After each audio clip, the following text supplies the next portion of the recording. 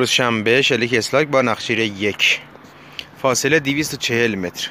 فاصله رو ملاحظه بفرمایید. از اینجا تا خانه های گری رو رد میکنه، میره اون برف زیادی که باریده اونجا جمع شده سمت راست پایینش. 2 تا سنگ کنار هم هستن، الان وسط تصویر قرار دارن.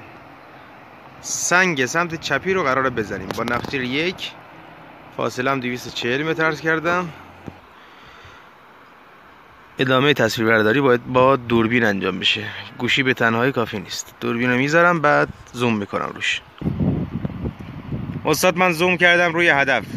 سنگ سمت چپ، فاصله 240 متر، اسلاگ نقشیر 1. استاد با کمال دقت به شلیک کن. من حاضرم.